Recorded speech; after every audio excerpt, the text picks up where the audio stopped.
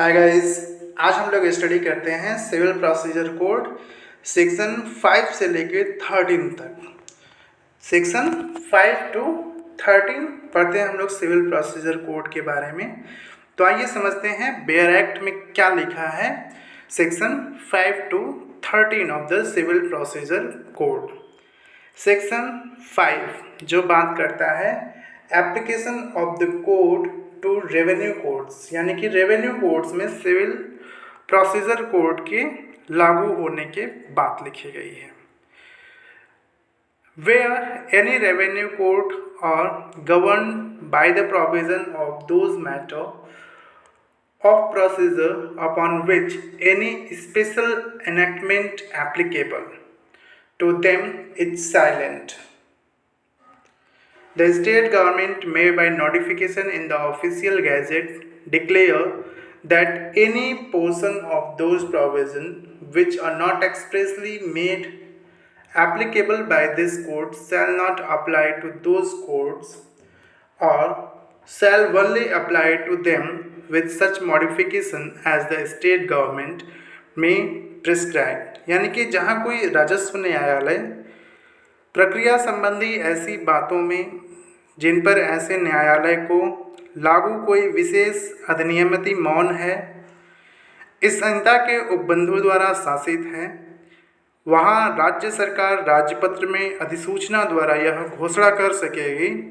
कि उन उपबंधों के कोई भी ऐसे भाग जो इस संहिता द्वारा अभिव्यक्त रूप से लागू नहीं किए गए हैं उन न्यायालयों को लागू नहीं होंगे या उन्हें केवल ऐसे उपांतरों के साथ लागू होंगे जैसा राज्य सरकार विहित करे,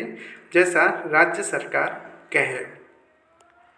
सबसेक्शन 2 बात करता है revenue code in subsection 1 means a court having jurisdiction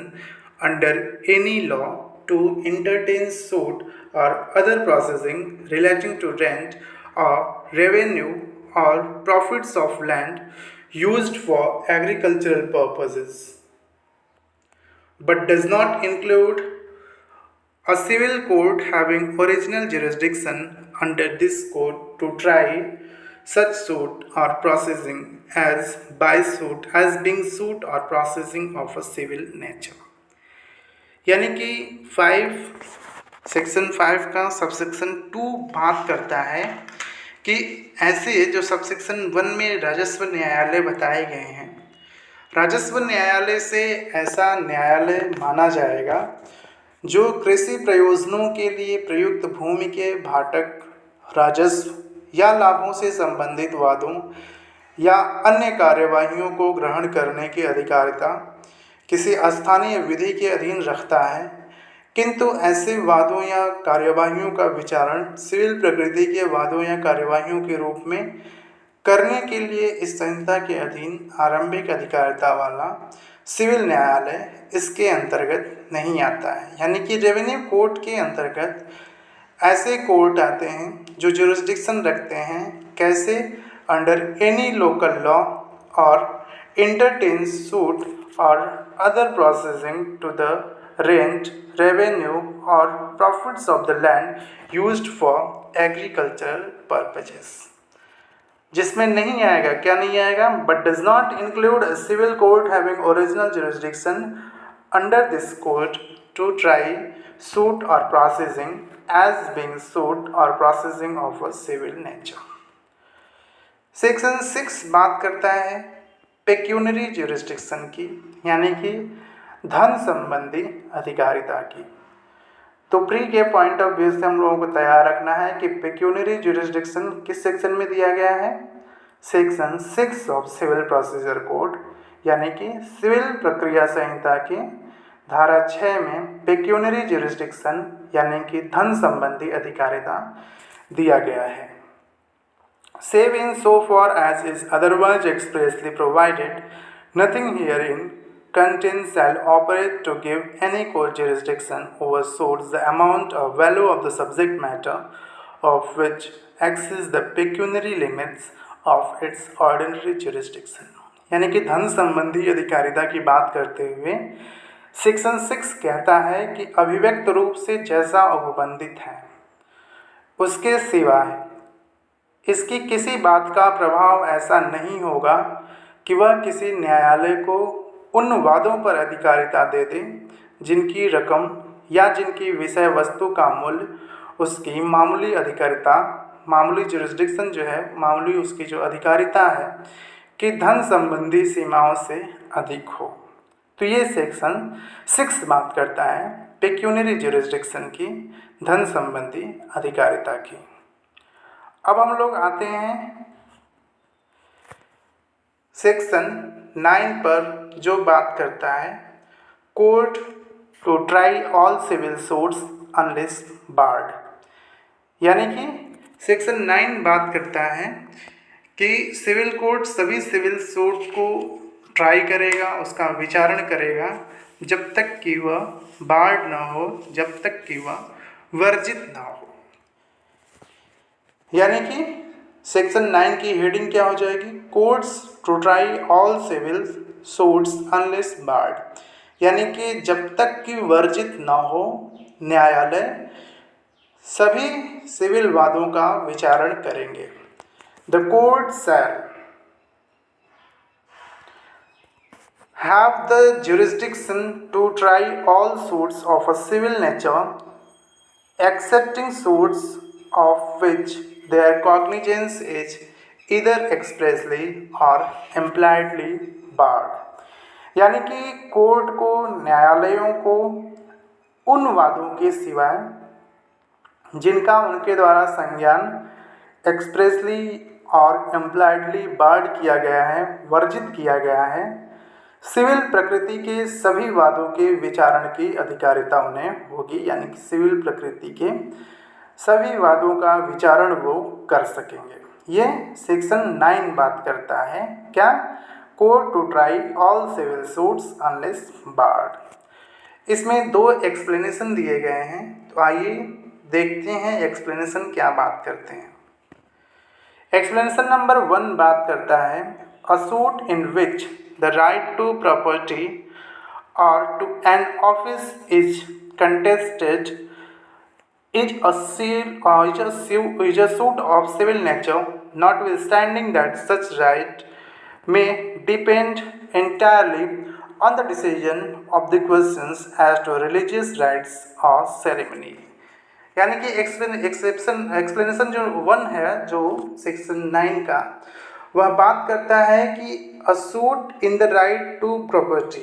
यानी कि संपत्ति संबंधी, या टू एन ऑफिस या पद संबंधी अधिकार जहाँ कंटेस्टेड हैं, इस बात के होते हुए भी कि ऐसा अधिकार धार्मिक कृत्यों या कर्मों द्वारा या ऐसे संबंधी प्रश्नों के विनिश्चय पर पूर्ण रूप से टिका हुआ है, उसे भी सिविल प्रकृति का वाद माना जाएगा। यानी कि a suit in which the right to property और to an office is contested is a suit of civil nature, notwithstanding that such right may depend entirely on the decision of the questions as to religious rites or ceremonies। Explanation number 2 बात करता है For the purpose of this section, it is immaterial whether or not any fees are attached to the office rendered in explanation number 1 or whether or not such office is attached to a particular place। यानी कि इस धारा के प्रयोजन के लिए,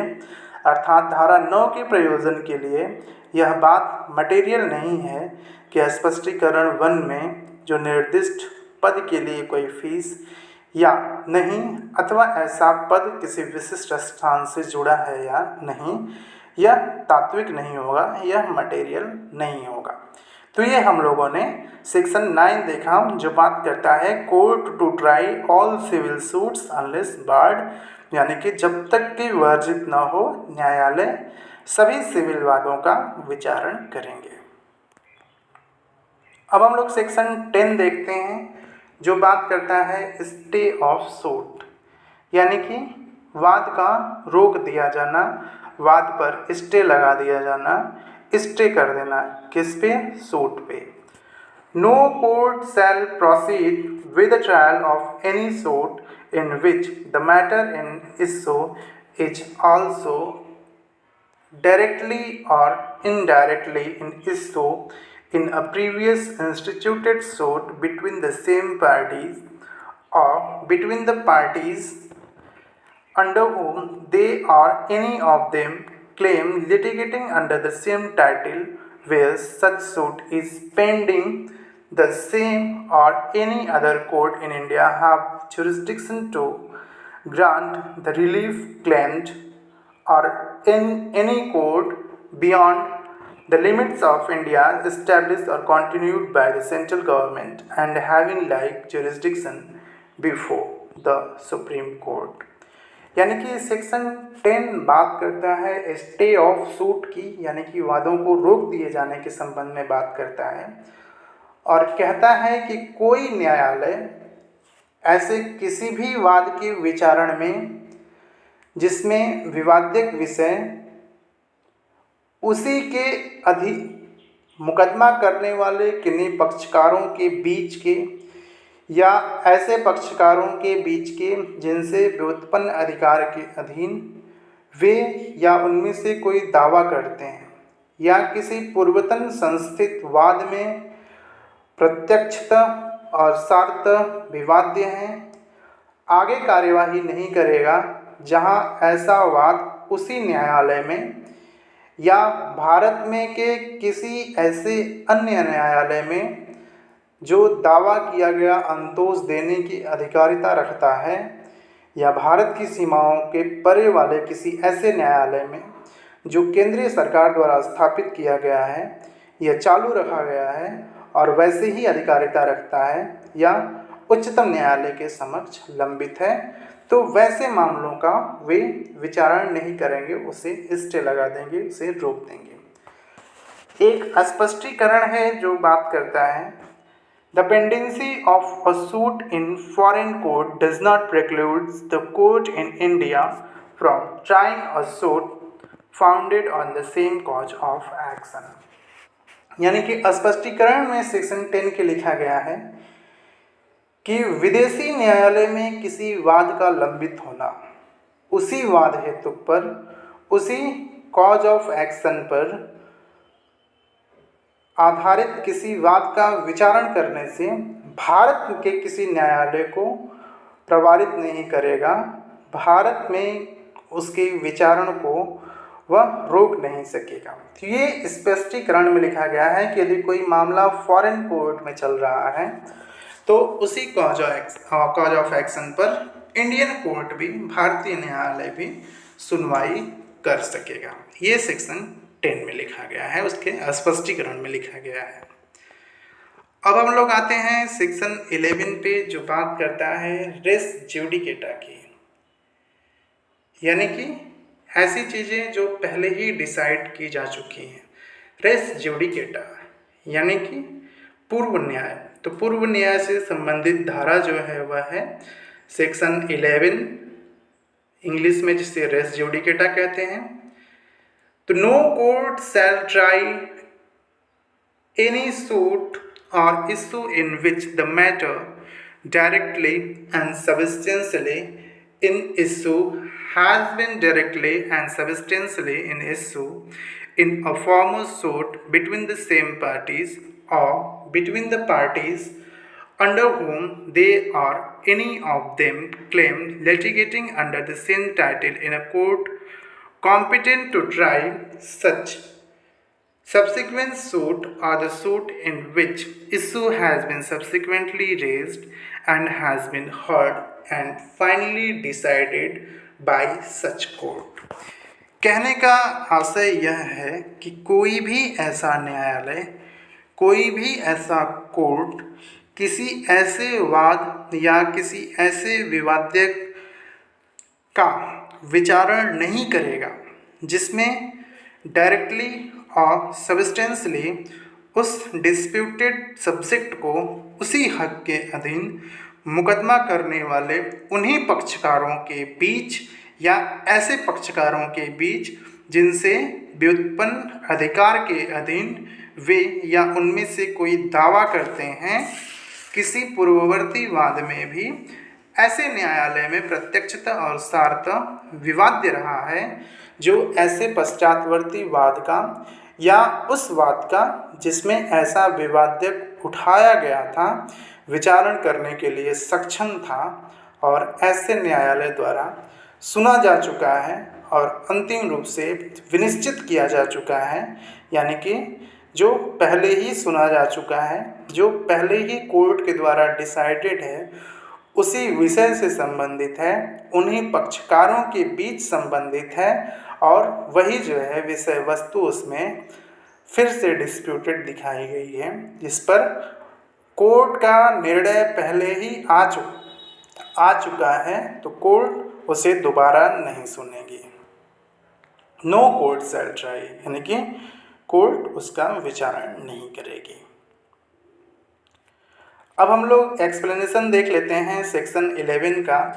तो पहला एक्सप्लेनेशन बात करता है the expression formal suit shall denote a suit which has been decided prior to a suit in questions whether or not it was instituted prior thereto, यानी कि फॉर्मल सूट के बारे में बताया गया है। तो फॉर्मल सूट का मतलब होता है कि ऐसा प्रश्नगत वाद जो पूर्व ही विनिश्चित किया जा चुका है, जो पूर्व ही डिसाइडेड है, decided prior to a suit in a questions. अच्छा, ये मैटर नहीं करेगा कि वह बाद में फाइल किया गया था या पहले फाइल किया गया था, बस जिस सूट में पहले निर्णय आ जाएगा उसे ही फॉर्मल सूट कहते हैं। ये एक्सप्लेनेशन नंबर 1 में बताया गया है। एक्सप्लेनेशन नंबर 2 देखते हैं। For the purposes of this section the competence of a court shall be determined irrespective of any provision as to a right of appeal from the decision of such court, यानी कि इस धारा के प्रयोजन के लिए न्यायालय की सक्षमता का अवधारण ऐसे न्यायालय के विनिश्चय से अपील करने के अधिकार विषयक किन्हीं उपबंधों का विचार किए बिना किया जाएगा। वहीं एक्सप्लेनेशन नंबर 3 बात करता है कि the matter ever referred to must in former suit have been alleged by one party and either denied or admitted expressly or impliedly by the other, यानी कि ऐसे विषय जो उसमें संबंधित हैं वह पहले उठाए गए हैं पूर्ववर्ती वाद में, जिसमें एक पक्षकार उसे या तो मना करता है या तो उसमें ऐसी स्वीकृति देता है एक्सप्रेसली और impliedly. Explanation number 4 constructive res judicata की बात करता है। यह प्री के पॉइंट ऑफ व्यू से हम लोगों को याद रखना है कि constructive res judicata explanation number 4 में दिया गया है। तो constructive res judicata explanation number 4 of section 11 of the civil procedure code, any matter which might and ought to have been made ground of defense or attack in such formal suit shall be deemed to have been a matter directly and substantially in issue in such suit, यानी कि constructive res ज्यूडिकेटा अन्वयिक पूर्व न्याय हिंदी में बोलते हैं, English में constructive res ज्यूडिकेटा बोलते हैं, जिसे स्पष्टीकरण 4 में एक्सप्लेनेशन नंबर 4 में समाहित किया गया है, जो कहता है ऐसे किसी भी विषय के बारे में जो ऐसे पूर्ववर्ती वाद में प्रतिरक्षा या आक्रमण का आधार बनाया जा सकता था और बनाया जाना चाहिए था और पार्टी के द्वारा वैसा डिफेंस या वैसा अटैक नहीं लिया गया और उस केस को डिस्पोज करा लिया गया, उस पर निर्णय कोर्ट के द्वारा कर दिया गया है, तब यह समझा जाएगा कि वह ऐसे वाद में प्रत्यक्षता और सारता विवाद्य रहा है। भले ही वह न उठाए, उसे आगे के मामलों में नहीं उठाने दिया जाएगा, कंस्ट्रक्टिव रेस ज्यूडिकेटा अप्लाई हो जाएगा। एक्सप्लेनेशन नंबर 5 देखते हैं हम लोग, जो बात करता है any relief claimed in the plaint which is not expressly granted by the decree shall for the purpose of this section be deemed to have been refused। यानी कि स्पष्टीकरण 5 बात करता है कि वाद पत्र में कोई ऐसा दावा किया गया है, ठीक, जिसका डिक्री में ऐसा कुछ मेंशन ही नहीं किया कोर्ट ने, तो उस दावे को यह माना जाएगा कि वह दावा माननीय न्यायालय के द्वारा, ऑनरेबल कोर्ट के द्वारा रिफ्यूज्ड कर दिया गया है। एक्सप्लेनेशन नंबर 6 देखते हैं, जो बात करता है where person litigate bona fide in respect of a public right or a private right claimed in common for themselves and others, all person interested in such rights shall for the purposes of this section be deemed to claim under the person so litigating। यानी कि explanation number 6 बात करता है कि जहाँ कोई व्यक्ति किसी लोक अधिकार के या किसी ऐसे प्राइवेट अधिकार के लिए सद्भावपूर्वक मुकदमा करते हैं जिसका वे अपने लिए और अन्य व्यक्तियों के लिए सामान्यतः दावा करते हैं, वहाँ ऐसे अधिकार से हितबद्ध सभी व्यक्तियों के बारे में इस धारा के प्रयोजन के लिए यह समझा जाएगा कि वे ऐसे मुकदमा करने वाले व्यक्तियों से व्युत्पन्न अधिकार के अधीन दावा करते हैं। एक्सप्लेनेशन नंबर 7 जो बात करता है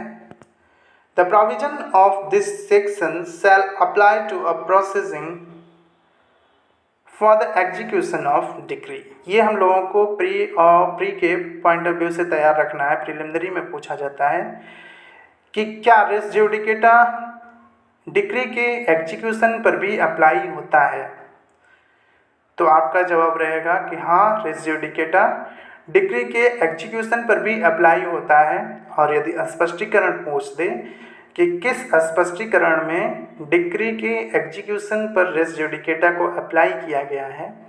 तो वह स्पष्टीकरण 7 है, वह एक्सप्लेनेशन नंबर 7 है, जिसमें यह बताया गया है कि सिविल रेस ज्यूडिकेटा जो है वह एक डिक्री के एग्जीक्यूशन पर भी लागू होगा। The provision of this section shall apply to a processing for the execution of a decree and references in this section to any suit issue or form of suit shall be construed as references respectively to a processing for the execution of decree, questions arising in such processing and a form of processing for the execution of that decree। यानी कि इस धारा के उपबंध किसी decree के निष्पादन के लिए कार्यवाहियों को लागू होंगे और इस धारा में किसी वाद, विवाद्यक या पूर्ववर्ती वाद के प्रतिनिर्देशों का अर्थ क्रमशः उस डिक्री के निष्पादन के लिए कार्यवाही, ऐसी कार्यवाही में उठने वाले प्रश्न और उस डिक्री के निष्पादन के लिए पूर्ववर्ती कार्यवाहियों के प्रतिनिर्देशों के रूप में लगाया जाएगा। तो हम लोगों को सिर्फ इतना याद रखना है कि एग्जीक्यूशन डिक्री के रेस ज्यूडिकेटा लागू होगा। यह एक्सप्लेनेशन नंबर 7 में, स्पष्टीकरण नंबर 7 में दिया गया है, जिसमें डिक्री के निष्पादन पर भी रेस ज्यूडिकेटा को अप्लाई कराया गया है, लागू कराया गया है। अब हम लोग एक्सप्लेनेशन नंबर 8 देख लेते हैं, जो बात करता है an issue heard and finally decided by a court of limited jurisdiction competent to decide such issue shall operate as res judicata in a subsequent suit, notwithstanding that such court of limited jurisdiction was not competent to try such subsequent suit which subsequently raised। यानी कि स्पष्टीकरण number 8 बात करता है कि कोई विवादक, कोई ऐसा डिस्प्यूटेड जो सीमित अधिकारिता रखने वाले न्यायालय द्वारा ऐसा विवादक विनिश्चित करने के लिए जो सक्षम था, उसके द्वारा सुना गया है, उसके द्वारा अंतिम रूप से उस पर डिसीजन दिया गया है, विनिश्चित किया जा चुका है, तब किसी पश्चातवर्ती वाद में पूर्व न्याय के रूप में इस बात के होते हुए भी प्रवृत्त होगा कि सीमित अधिकारिता वाला न्यायालय ऐसे न्यायालय से ऐसे पश्चातवर्ती वाद का या उस वाद का जिसमें ऐसा विवादित बाद में उठाया गया है विचारण करने के लिए सक्षम नहीं था या नहीं करने दिया जाएगा। अब हम लोग सेक्शन 12 पढ़ लेते हैं जो बात करता है बार टू फर्दर सूट, यानी कि यह बार टू फर्दर सूट की बात करता है। Section 12 of the civil procedure code, where a plaintiff is precluded by rules from instituting a further suit in respect of any particular cause of action, he shall not be entitled to institute a suit in respect of such cause of action in any court to which this code applies। यानी कि अतिरिक्त वाद का version section 12 CPC में बताया गया है, bar to further suit section 12 CPC में बताया गया है, जिसमें कहा गया है कि जहां वादी किसी विशिष्ट वाद हेतु के संबंध में अतिरिक्त वाद संस्थित करने से नियमों द्वारा प्रभावित है, वहां वह किसी ऐसे न्यायालय में जिसे यह संहिता लागू है कोई वाद ऐसे वाद हेतु के संबंध में संस्थित करने का हकदार नहीं होगा। Where a plaintiff is precluded by rules, यानी कि नियमों के द्वारा उससे मना किया जा चुका है, किस लिए? From instituting a further suit, कि वह अतिरिक्त वाद नहीं लाएगा in respect of any particular cause of action, तब he shall not be entitled to institute a suit in respect of such cause of action in any court to which this code applies। तब यह CPC के तहत भी वह व्यक्ति अधिकारी नहीं होगा कि वह जहां किसी नियम के द्वारा उसे अतिरिक्त वाद के लिए मना कर दिया गया है आके सीपीसी के तहत मुकदमा फाइल कर दें। अब हम लोग सेक्शन 13 देखते हैं जो बात करता है when foreign judgment not conclusive, यानी कि विदेशी निर्णय कब निश्चायक नहीं होगा, कब कंक्लूसिव नहीं होगा, यह बात करता है section 13। A foreign judgment shall be conclusive as to any matter thereby directly adjudicated upon between the same parties or between parties under whom they or any of them claim litigating under the same title except, यानी कि कहने का मतलब यह है कि विदेशी निर्णय उसके द्वारा उन्हीं पक्षकारों के बीच, उन्हीं पक्षकारों के मध्य या उसी हक के अधीन मुकदमा करने वाले ऐसे पक्षकारों के बीच जिनसे व्युत्पन्न अधिकार के अधीन वे या उनमें से कोई दावा करते हैं प्रत्यक्षतः न्याय निर्णित किसी विषय के बारे में, वहाँ के सिवाय निश्चायक होगा। किन किन परिस्थितियों में वह निश्चायक नहीं होगा? जहाँ की where it has not been pronounced by a court of competent jurisdiction, यानी कि यदि वह सक्षम अधिकारिता वाले न्यायालय द्वारा नहीं सुनाया गया है तब भी वह निश्चायक नहीं होगा। दूसरा, where it has not been given on merits of the case, यानी कि वह मामले के गुणागुण के आधार पर नहीं दिया गया है। और where it appears on the face of the proceeding to be founded on an incorrect view of the international law or a refusal to recognize the law of India in cases in which such law is applicable, यानी कि उन स्थितियों में भी, उन situation में भी foreign court का जजमेंट कंक्लूसिव नहीं माना जाता है जिसमें कार्यवाहियों को देखने से ही यह स्पष्ट होता है कि वह अंतर्राष्ट्रीय विधि के गलत इंटरप्रिटेशन पर दिया गया है या भारत की विधि को जो उन मामलों में लागू हैं उनको मान्यता देने से इनकार करने के पश्चात दिया गया है, तब भी वह कंक्लूसिव नहीं माने जाते हैं। डी बात करता है कि where the processing in which the judgment was obtained और अपोज टू नेचुरल जस्टिस, यानी कि वे कार्रवाइयाँ जिनमें ऐसा निर्णय नैसर्गिक न्याय के विरुद्ध है, यानी कि नेचुरल लॉ के, नेचुरल जस्टिस के अपोजिशन में जाके उसके खिलाफ जाके दिया गया है, तो उस दशा में भी फॉरेन कोर्ट के जजमेंट कंक्लूसिव नहीं होते हैं। अगला है where it has been obtained by fraud, यानी कि जहाँ फॉरेन कोर्ट के जजमेंट को कपट के द्वारा अभिप्राप्त किया गया है। And next where it sustains claims founded on a breach of any law in force in India, यानी कि जहाँ ऐसा निर्णय भारत में प्रवृत्त किसी विधि के भंग पर आधारित दावे को ठीक ठहराता है। तो इन दशाओं में फॉरेन जजमेंट कंक्लूसिव नहीं होते हैं। एक बार हम लोग फिर से ध्यान दे देते हैं कि फॉरेन जजमेंट कब कंक्लूसिव नहीं होंगे, where it has been pronounced by a court of competent jurisdiction, not where it has not been pronounced by a court of competent jurisdiction, तब वह जजमेंट कंक्लूसिव नहीं होगा, यानी कि वह कॉम्पिटेंट जुरिस्डिक्शन रखने वाले कोर्ट के द्वारा डिसाइड नहीं किया गया है। दूसरा, where it has not been given on merits of the case, वह केस के मेरिट पर नहीं डिसीजन दिया गया है। Where it appears on the face of the processing to be founded on an incorrect view of the international law or a refusal to recognize the law of India in case in which such law is applicable, यानी कि वह international law के incorrect view पर दिया गया है या फिर इंडियन लॉ को रिकॉग्नाइज करने से मना करते हुए दिया गया है। अगला, where the processing in which the judgment was obtained or opposed to natural justice, या फिर वैसा विदेशी निर्णय